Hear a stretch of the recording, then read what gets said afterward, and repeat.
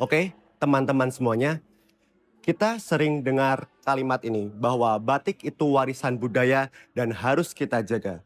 Tapi ada satu hal yang saya pertanyakan dan mungkin bisa dibahas bersama kali ini. Kalau warisan budaya itu pelan-pelan merusak lingkungan tempat kita hidup, apakah itu masih bisa disebut dengan melestarikan? Oke, saya Nazaraka Pratama dari Teknik Lingkungan Universitas Islam Indonesia. Kali ini saya akan membahas tentang dilema mempertahankan budaya, ekonomi, dan ekologi. Di Surakarta, biasa disebut sebagai kota budaya, kota wisata, dan kota yang masih mempertahankan budaya batiknya. Terdapat dua kampung, yaitu Kampung Batik Kauman dan Kampung Batik Lawean. Di sini, batik bukan cuma sekedar produk, melainkan batik adalah identitas sosial. Orang lahir di lingkungan pembatik, tumbuh dengan canting dan malam, dan hidup dari kain yang diwariskan turun-temurun. Secara antropologi, ini bukan sekedar industri, ini cara hidup. Dan justru di situ masalahnya. Karena ketika sebuah tradisi sudah jadi cara hidup, orang berhenti mempertanyakan dampaknya. Sektor kehidupan yang sangat berkaitan dengan batik sebagai ikon kota Surakarta adalah pada bidang perekonomian dan akhirnya membentuk pola pikir warga yang penting produksi jalan, wisatawan datang, dan ekonomi hidup. Mereka mungkin lebih berpikir besok mereka makan apa. Ini urusan perut. Lingkungan mungkin itu urusan nanti. Mereka bukan orang jahat, tapi karena sistem sosialnya membuat itu cara mereka bertahan hidup. Dalam proses membatik, pewarna sintetis yang umumnya digunakan ada indigosol, naptol, indateren, dan remazol black P. Pewarna sintetis tersebut dapat memberikan hasil warna yang lebih cerah, akan tetapi limbahnya dapat menyebabkan meningkatnya kadar COD. Air bekas pewarnaan ini jadi limbah cair dan kalau dibuang tanpa pengolahan, dia masuk ke sungai, ke tanah, lalu ke dalam kehidupan sehari-hari warganya. Secara hukum, ini sudah masuk kategori pencemaran lingkungan menurut Undang-Undang Nomor 32 Tahun 2009. Tapi secara sosial ini dianggap biasa. Menariknya, di banyak ajaran agama dan filsafat timur, manusia itu bukan penguasa alam. Manusia itu menjadi penjaga. Tapi di praktiknya kita benar menjaga tradisi. Akan tetapi dengan cara yang justru tidak menjaga alamnya. Seolah-olah budaya lebih penting daripada lingkungan yang menopang budaya itu sendiri. Jadi pertanyaannya bukan lagi bagaimana cara melestarikan batik, tapi apakah cara kita melestarikan batik hari ini sedang menggerus masa depan tempat kita hidup. Ada satu hal yang jarang dibahas ketika kita bicara soal batik Surakarta. Bukan soal motifnya, bukan soal sejarahnya, dan juga bukan soal pariwisatanya. Melainkan lingkungannya, terutama pada air yang mengalir di sekitar kampung batik. Karena di balik cantiknya kain batik, ada cairan hitam pekat yang seringkali ikut mengalir ke selokan, ke sungai, dan meresap ke tanah. Diakibatkan oleh limbah cair dari proses pewarnaan. Dan masalahnya bukan cuma air menjadi keruh. Penelitian yang saya baca menunjukkan sesuatu yang lebih serius. Air limbah batik mengandung zat pewarna kimia. Zat ini bukan cuma bikin warna air berubah, tapi menaikkan kadar COD dan BOD secara signifikan, menurunkan kadar oksigen di air, dan membuat organisme air menjadi mati. Secara teknis juga sumur bagi warga juga tidak layak untuk digunakan lagi.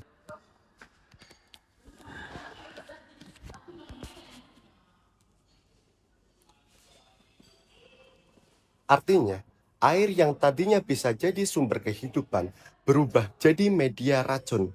Dan yang paling menarik sekaligus ironis, banyak industri batik rumahan belum memiliki instalasi pengolahan limbah atau biasa disebut dengan IPAL yang memadai. Lalu limbahnya langsung dibuang begitu saja ke sungai.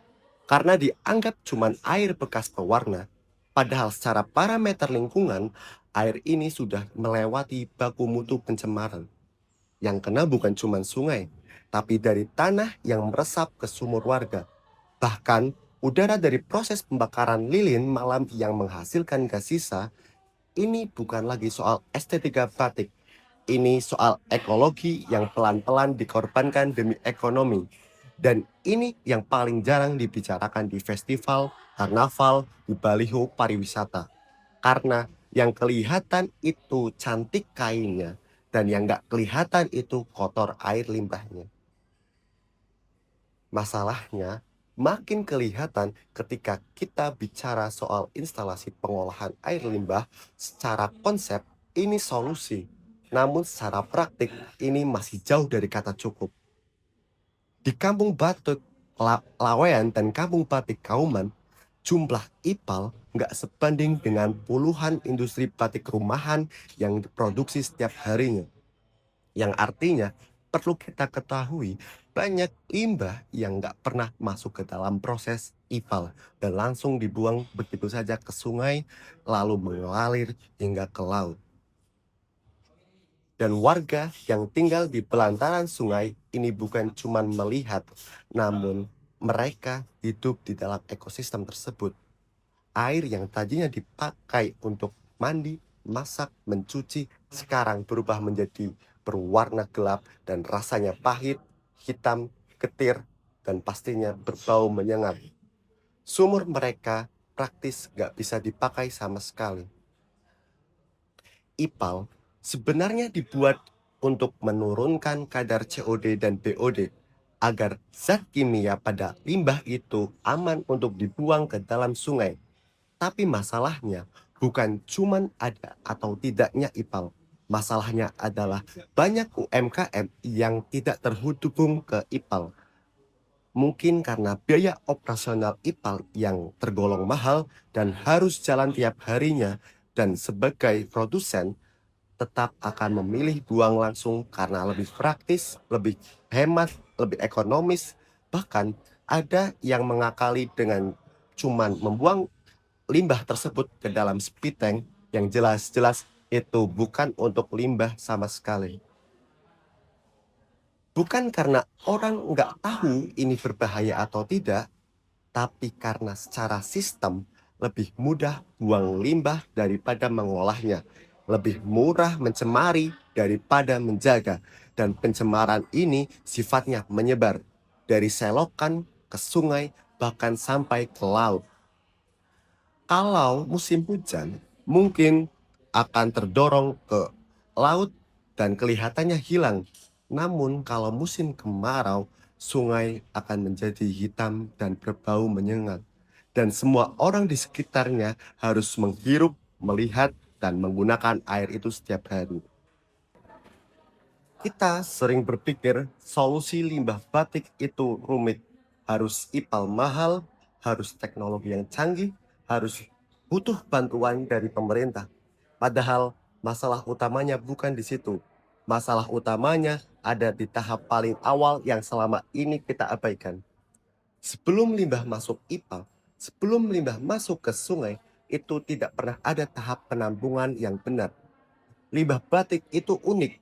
Dia bukan cuma air kotor biasa, namun di dalamnya ada lilin malam, ada zat warna sintetis, dan ada asam. Bahkan terdapat logam berat seperti krom, timbal, dan tembaga. Dan yang paling bikin parah, itu lilin mengapung pada permukaan sungai dan lumpurnya itu mengendap di dasar sungai. Kalau ini langsung masuk ke IPAL, IPAL akan lebih sering cepat mampet dan itu membutuhkan biaya operasional yang pastinya akan banyak. Akhirnya pengrajin malas menggunakan IPAL. Lalu ujung-ujungnya tetap sama, yaitu membuang lagi ke sungai. Padahal solusi yang paling masuk akal menurut saya itu bukan IPAL terlebih dahulu, tapi bak penampungan sederhana. Bukan sekedar bak, tapi bak yang mempunyai fungsi menyeragamkan limbah dan mengumpulkan limbah-limbah dari batik dan mengendapkan lumpurnya dan serta menurunkan suhu limbah. Yang dibutuhkan dalam pembuatan penampungan sederhana itu hanya membutuhkan 3 drum, sekat papan, pipa VFC, dan saringan kain. Sederhana bukan? Murah dan pastinya bisa dibuat oleh UMKM. Artinya, IPAL tidak lagi sebagai masalah solusi utama, namun ada solusi lain yang pastinya lebih ekonomis dan mudah dijangkau oleh para UMKM. Ini bukan sekedar teori, karena penelitian menunjukkan dampak lingkungan terbesar batik itu justru dari parafin dan zat warnanya, bukan dari listrik maupun energi yang terbuang sia-sia. Bahkan, kontribusinya sampai 68% terhadap pemanasan global dari seluruh proses produksi batik. Artinya, kalau lilin dan pewarna sintetis tidak dikelola dari awal, IPAL sebaik apapun akan sia-sia. Solusinya bukan selalu mahal, tapi seringkali tidak pernah dipikirkan dari dulunya. Menurut penelitian yang saya baca, dari Life Cycle Assessment, ini menghitung seluruh proses produksi batik dari awal sampai akhir. Dan hasilnya mengejutkan, yaitu dampak lingkungan terbesar dari batik itu ada di dua bahan tersebut. Bahkan, kontribusi parafin terhadap total dampak lingkungan itu yang paling besar, yang artinya selama kita masih menggunakan parafin yang sama, selama kita masih memakai pewarna sintetis yang sama, IPAL, penampungan, pengolahan itu cuma mengurangi gejalanya, bukan menyentuh akar dari masalahnya. Riset ini juga menunjukkan angka yang jarang dibahas. Untuk setiap 100 lembar batik yang diproduksi, COD bisa tembus hingga 10.000 mg per liter dan BOD-nya hingga 2.000 mg per liter. Ini level yang bikin air sangat sulit terurai secara biologis. Karena zat warna berasal dari turunan bensena dan toluna, naftela, serta senyawa aromatik yang keras. Makanya limbah batik itu susah sekali. Bukan karena ipalnya yang jelek, tapi karena bahan bakunya memang sulit diurai. Makanya solusi yang direkomendasikan peneliti itu sangat menarik. Bukan cuma membangun ipal, tapi mengurangi penggunaan parafin, menggunakan parafin bekas, lalu mungkin mengganti dengan kompor pembakaran menjadi kompor listrik, dan yang paling penting beralih ke pewarna alami daripada pewarna sintetis. Karena begitu, bahan bakunya berubah, karakter limbahnya juga ikut berubah. Jadi lebih mudah diolah, mudah diurai, dan lebih ringan dampaknya. Artinya, selama ini kita hanya sibuk memikirkan bagaimana cara mengolah limbah batik, padahal pertanyaan yang lebih tepat adalah bagaimana cara supaya limbah batik dari awal sudah tidak seberbahaya itu. Kita memulai video ini dengan membanggakan budaya batik sebagai warisan budaya, identitas kota, dan identitas bangsa. Tapi makin kita dalami, makin kelihatan satu hal masalah dari batik. Hari ini bukan cuma tradisinya, bukan pengrajinnya, dan bukan juga di budayanya.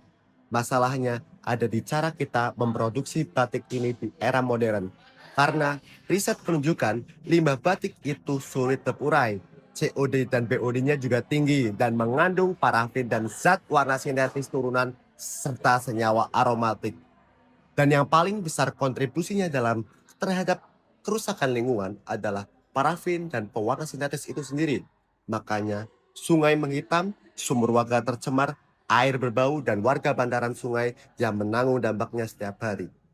Ini bukan lagi soal estetika kain batik. Ini soal ekologi yang dikorbankan pelan-pelan demi ekonomi dan tradisi yang tidak diperbarui caranya. Padahal solusinya nggak selalu mahal, bisa dimulai dari penampungan sederhana yang menjebak lilin dan lumpur limbah, penggunaan ulang parafin bekas, beralih ke kompor listrik, dan yang paling penting mengganti pewarna sintetis dengan pewarna alami yang lebih ramah lingkungan.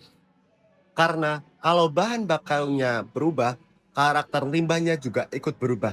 Dan di situ budaya dan lingkungan bisa jalan berbarengan. Jadi mungkin yang harus kita lakukan sekarang bukan bagaimana cara melestarikan batik, akan tetapi bagaimana cara melestarikan batik tanpa merusak tempat hidup kita sendiri.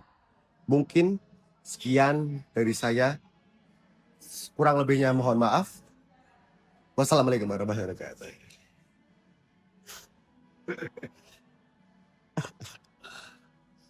Absurd sih menurut gue sih.